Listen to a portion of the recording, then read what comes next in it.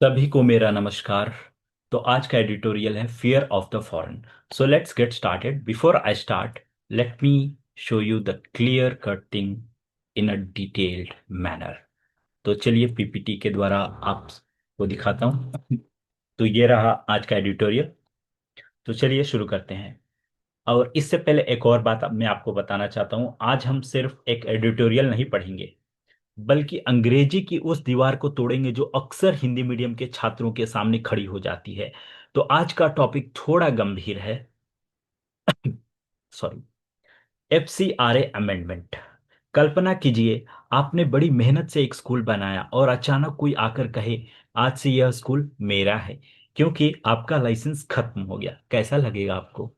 बस इसी मुद्दे पर आज की बहस है।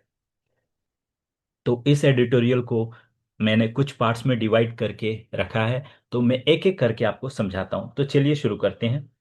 The first part, the core issue, यानी कि मुख्य मुद्दा क्या है। सरकार FCRA यानी कि फॉरेन कंट्रीब्यूशन रेगुलेशन एक्ट में बदलाव करना चाहती है। यह कानून तय करता है कि विदेश से आने वाला पैसा भारत में कैसे इस्तेमाल होगा। और ट्विस्ट क्या है? नए बदलावों के अनुसार अगर किसी संस्था यानी कि किसी NGO का FCRA लाइसेंस रद्द होता है, तो उसकी सारी संपत्ति सरकार के पास चली जाएगी। So what is the controversy? विवाद क्या है? लेखक का कहना है कि यह प्रक्रिया ऑटोमेटिक एंड इंस्टेंटेनियस है, यानी कि स्वचालित और तुरंत है।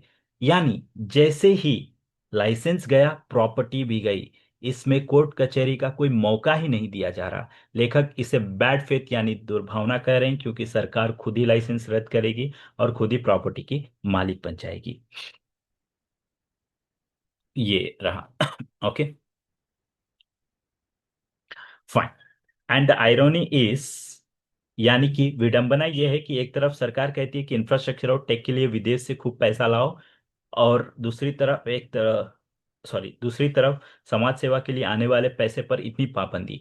लेखक का तर्क यह है कि कानून ट्रांसपेरेंट यानी पारदर्शी और इवन हैंडेड यानी कि निष्पक्ष होना चाहिए, भेदभावपूर्ण नहीं। तो यही रहा आज का एडिटोरियल एनालिसिस।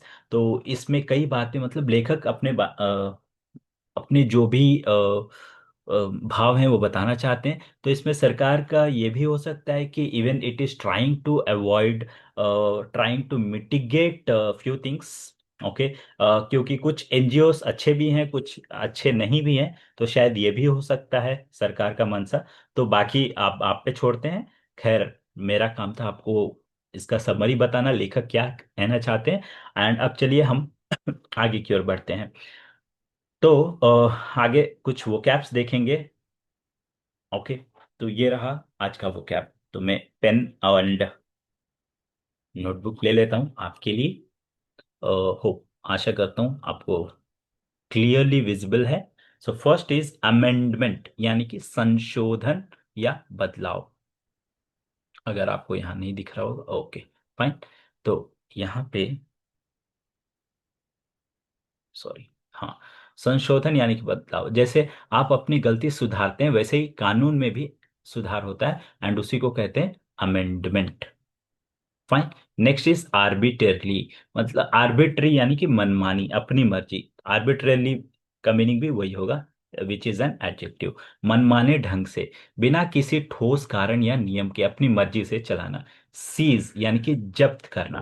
पुलिस जब किसी गाड़ी को उठा ले जाती है, यानी कि वो सीज करती है। Next is cloaked. क्लोक का मीनिंग ढका हुआ या छिपा हुआ। जैसे जादूगर अपना हाथ छिपाता है, वैसे ही असली मकसद को छिपाना। Next is rhetoric. Okay, H is silent here. वाक्पटुता या दिखावटी भाषा, यानी कि बड़ी बड़ी बातें करना जिनका असलियत से कोई वास्ता ना हो या कम हो।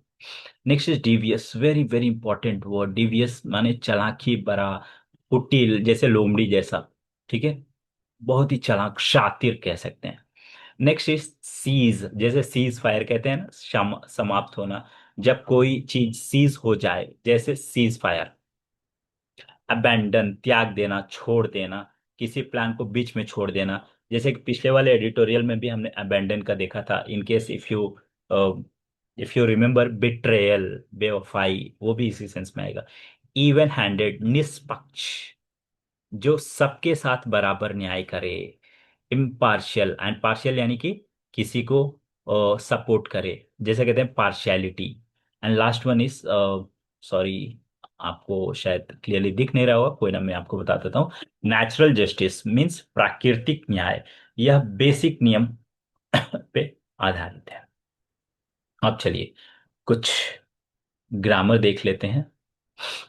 So first is spotting error. If you are preparing for any bank or CGL और एनी कॉम्पिटिटिव एग्जाम, कोई भी कॉम्पिटिटिव एग्जाम उठा के देख लीजिए, हर एग्जाम में स्पॉटिंग एरर के क्वेश्चंस आते हैं। एंड ये क्वेश्चंस कहाँ से लिए जाते हैं?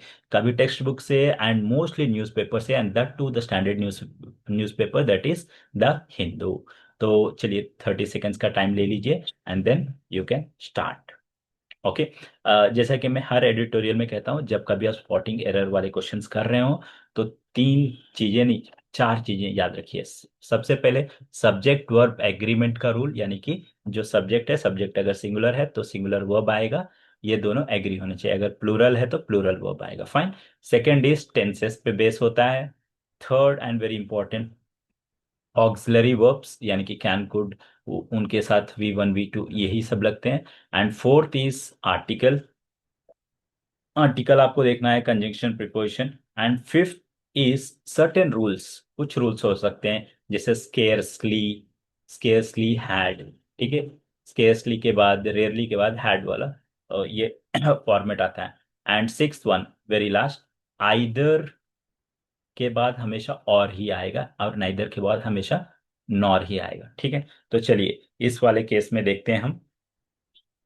Yes. So even you can comment in the comment section. The center wants to restrict foreign, center जो कि singular है, and wants singular obviously, singular name के साथ s और es लगेगा। wants to restrict foreign contributions to individuals and organizations in a selective and opaque manner। तो अब इसमें एरर क्या है? ऑब्वियसली, यस, आप कह सकते हैं सर यहाँ पे कुछ हो सकता है क्या, in a selective and an opaque? नहीं नहीं नहीं, it's absolutely correct. Okay. Even if you want you can go back to the editorial and वहां से भी आप चेक कर सकते हैं, क्योंकि सारे मैंने स्पॉटिंग एरर एंड जो भी क्वेश्चंस आगे आएंगे सब मैंने एडिटोरियल से ही ले रखा है। ओके। सो यहाँ पे सब्जेक्ट सिंगुलर है एंड सिंगुलर के साथ सिंगुलर वो भी मैच कर रहा है। अब चलिए next one, take 30 seconds and quickly answer. Yes, 30 second से ज्यादा नहीं। अगर आप ज्यादा टाइम ले रहे हैं यानी कि आपके एप्टीट्यूड और रीजनिंग पे भी इफेक्ट पड़ सकता है। So English is the only subject where you can score in very less time. Yes, चलिए स्टार्ट करिए। Yes, your time is up, let's get started. Regulatory regimes can be credible only when they are transparent and even handedly. एक और rule add कर लीजिए इसमें, parallelism का। Yes, parallelism. ये parallelism क्या होता है? अब मान लीजिए कहीं पे वर्ब है, तो वर्ब एंड के साथ जुड़ा है तो दूसरा भी वर्ब ही आएगा। अगर एडजेक्टिव है और एडजेक्टिव एंड के साथ जुड़ा है तो अगला भी एडजेक्टिव आएगा। अगर एडवर्ब है तो adverb. So this is called parallelism. Fine. तो यहाँ पे ट्रांसपेरेंट जो है एडजेक्टिव है, तो इवन हैंडेड होगा, ना कि handedly, which is an adverb. Okay, rest everything is fine. So as you can read, sentence कैसे बनेगा? Regulatory regimes can be credible only when they are transparent and even handed. Fine. एक और चीज, ज्यादातर लोग कहते हैं कि सर स्पॉटिंग एरर में कभी कभी मुझे वर्ड समझ में नहीं आते। आपको वर्ड समझना ही नहीं है, ठीक है। जैसे कि मैंने पिछले इसमें बताया है, यही 6 to 7 रूल्स आपको समझने हैं, बस। That's it. Okay, you don't have to worry a lot, ज्यादा चिंता ही नहीं करना है। अब देखिए next. Okay, Christian groups that runs numerous health and educational institutions are particularly concerned. Okay, जल्दी से बताइए। ओके, 30 सेकेंड्स आपके पास है।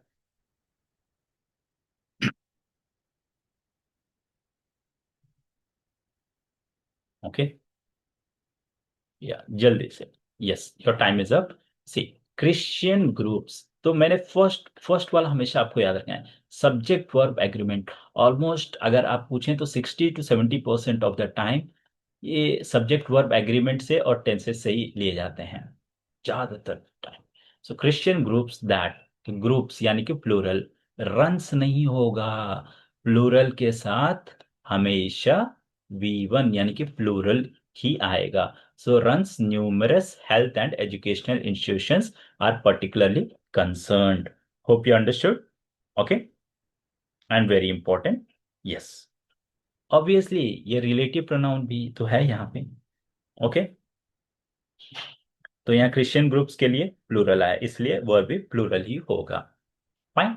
Okay, in case if you want more clarification आप कमेंट में कमेंट कर सकते हैं, even I provide you in detail. चलिए अब फोर्थ वाला जल्दी से बताइए, व्हाट्स द आंसर।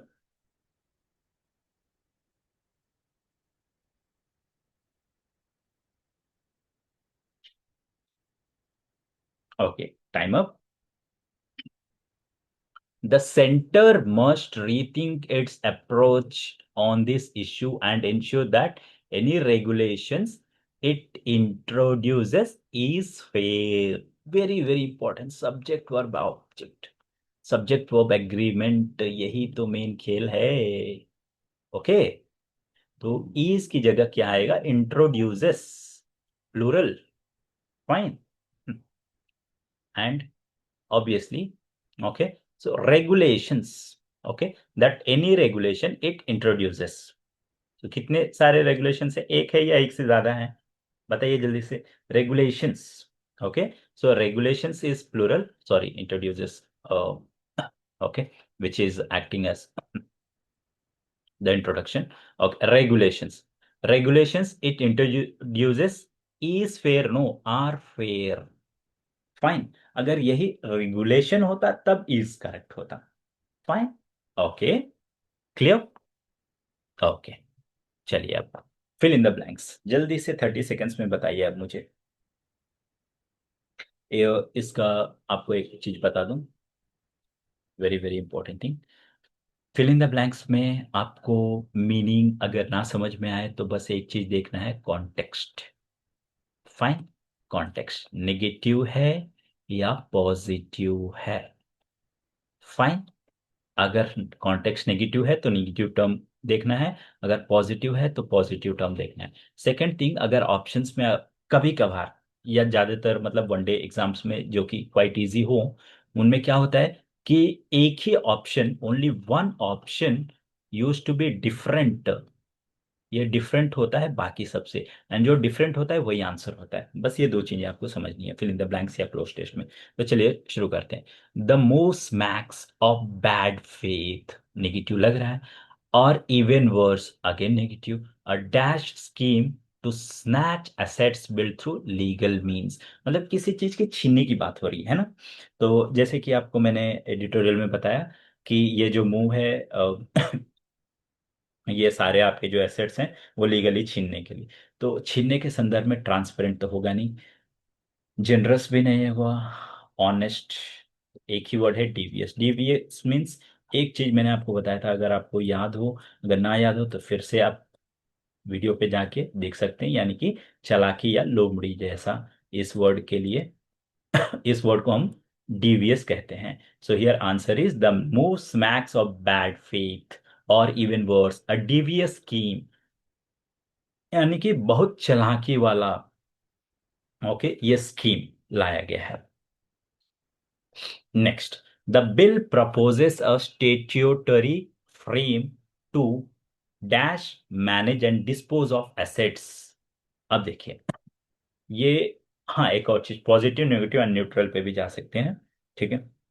तो बिल किस चीज के बारे में, ये प्रपोज करता है एक framework, dash manage and dispose of assets, मतलब आप एसेट्स को कुछ छीनने की बात हो रही है ना। डिस्पोज मतलब जैसे फेंकते हैं ना, तो वो डिस्पोज, डिस्पोजल जैसे यूज करते हैं वर्ड। डिस्पोजल मीन्स फेंक देना है, या घर से मतलब निकाल देना, इस सेंस में। तो यहाँ डोनेट नहीं, ओके, इग्नोर नहीं, क्रिएट नहीं, तो क्या हो रहा है, सीज, जब्त हो रहा है। देखिए, the bill proposes statutory framework to seize, ये बिल क्या है, जब्त करने का, मैनेज करने का, और डिस्पोज मतलब उस ऑर्गेनाइजेशंस को हटाने का। ठीक है, अब चलिए आगे बढ़ते हैं, जल्दी से बताइए, रीड इट क्विकली। बस दो चीजें समझनी है आपको, positive negative, I mean context and options. देखने कौन सा ऑप्शन अलग है बस। हाँ, इसमें थोड़ा सा वोकैब आपको सीखना पड़ेगा, दैट्स ऑब्वियस थिंग। ओके। हाँ, so let's go through. Yes, अब आप अपना आंसर कमेंट सेक्शन में देख सकते हैं। The design of the proposed legislation dash the principles of natural justice. तो प्राकृतिक जो नियम है, बेसिक नियम है, उसको क्या हो रहा है, मतलब क्या कर रहा है ये लेजिस्लेशन, ये bill. Okay, so what actually is happening, इस पर्टिकुलर पैराग्राफ के अनुसार क्या हो रहा है, ऑब्वियसली उल्लंघन है, वायलेट। ओके, इग्नोर नहीं होता है, ठीक है, फॉलो नहीं होता है। देखिए, प्रपोज द लेजिस्लेशन, हाँ आप बोल सकते हैं कि सपोर्ट्स, ऑब्वियसली सपोर्ट्स, बट इस सेंस में तो वो सपोर्ट्स नहीं होगा ना, ठीक है। वायलेशन, वायलेशन ऑफ रूल, जब कभी रूल से रिलेटेड चीजें हैं, आप बस एक चीज याद रखिए, वायलेशन, वायलेशन, उल्लंघन। ओके, हाँ फॉलो हो सकता था, बट इस पैराग्राफ के इस पैराग्राफ के कॉन्टेक्स्ट में ये नहीं होगा, ठीक है। चलिए, अब नेक्स्ट देखते हैं। यस, जल्दी से बताइए। The bill has been postponed for now, but the government has no plans to dash it. मतलब बिल जो है पोस्टपोन हो गया है, तो कोई भी चीज, जैसे कि अगर आपका एग्जाम है, पोस्टपोन हो गया है, तो इसका मतलब ये नहीं कि वो एग्जाम, यस, या कैंसिल। सो कैंसिल कहाँ है यहाँ पे, abandon, very nice, very nice, very good. Abandon, adopt नहीं होगा, सेलिब्रेट नहीं होता है, इम्प्रूव तो होगा ही नहीं। तो ये तीनों अलग ही लेवल के ऑप्शंस थे, तो कभी होते ही नहीं। तो क्या आंसर होगा, but the government has no plans to abandon, मतलब त्याग करने की कुछ सोच ही नहीं रही गवर्नमेंट। अब चलिए पैराजम्बल पे। पैराजम्बल में एक चीज आपको याद रखना है, पहला चीज ये कि कंक्लूजन हमेशा लास्ट में आता है, it comes at last, and start होता है इंट्रोडक्शन से, then it moves on with the causes and all this. Conclusion हमेशा आपको लास्ट में करना है।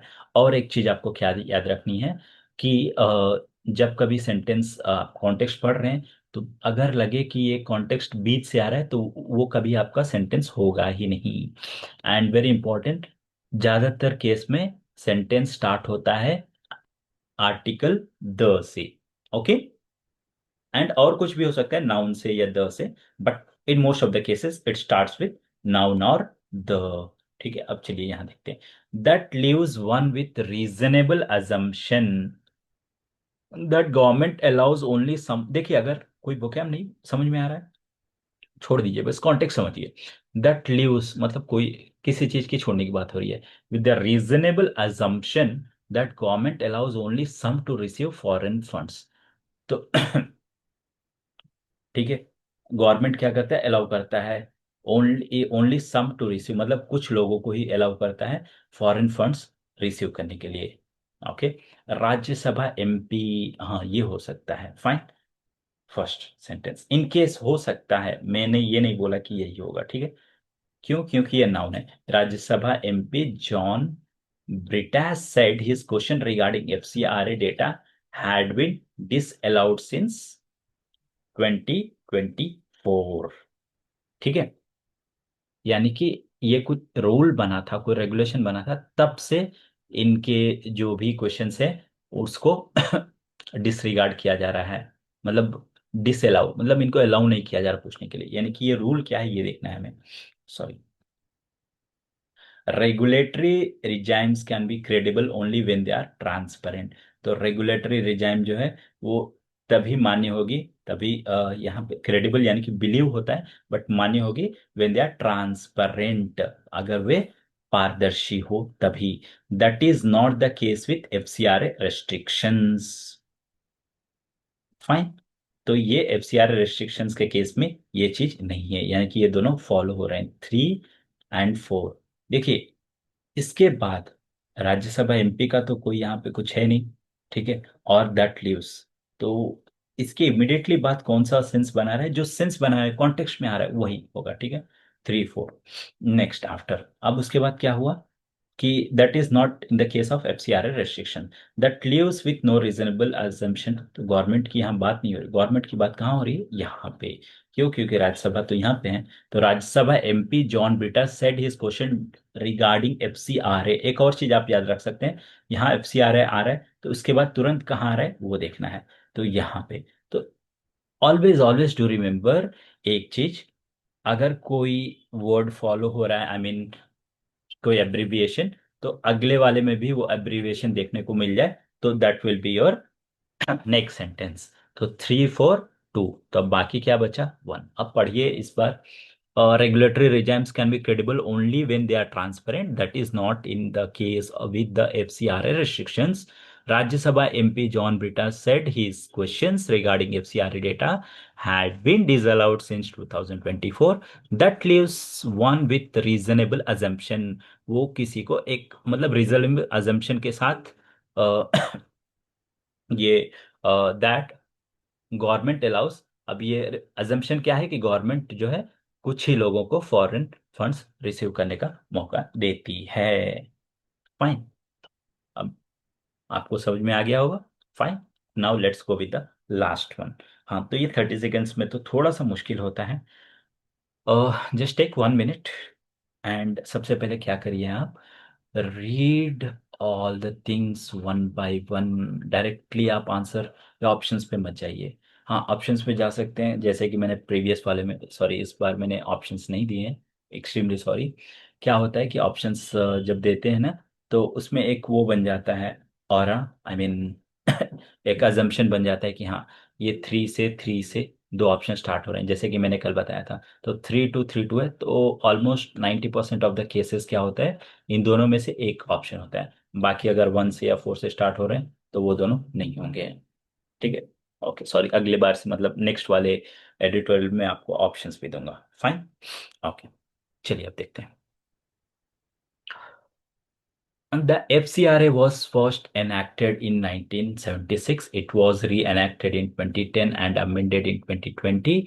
This has progressively tightened the use of foreign funds. State policy seeks foreign money in other domains like infrastructure. एक चीज आपको याद रखना है, जब कभी ईयर से रिलेटेड आपको आए, तो पहले वाला ईयर फर्स्ट, यही सीक्वेंस फॉलो होता है। जैसे कि 76 पहले आता है, ठीक है, 1976, उसके बाद क्या आता है 2010, देन आफ्टर 2020। तो यही वाला सीक्वेंस, यानी कि 1 के बाद ही 2 आएगा। वैसे तो यहाँ ऑप्शंस है नहीं, तो don't worry, I will just help you. हुआ क्या था, F C R A was first enacted, मतलब पहली बार कब आया था 1976 में। इट वॉज री एनेक्टेड मतलब फिर से बना था कब, मतलब कुछ अमेंडमेंट्स हुए थे 2010 and in 2020। This has progressively tightened the use of foreign funds. इससे अब जो भी फॉरेन फंड्स आने थे वो धीरे धीरे मतलब बंद होना, मतलब उस पे लाइक यू नो रोक लगना स्टार्ट हो गया। State policy seek foreign money in other domains like infrastructure.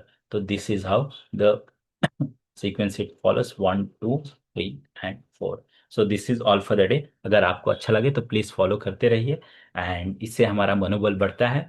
Usually like sometimes कभी कभी कुछ शब्द हिंदी में नहीं आते, तो उसके लिए मैं इंग्लिश में यूज़ करता हूँ। इन केस अगर आपको और भी इंटरेस्टिंग तरीके से चाहिए तो please comment in the comment section, and ऐसे ही मैं आपको इजी इजी वे में लाते रहूँगा। सो तब तक के लिए पढ़ते रहिए, keep smiling and keep shining. Thank you.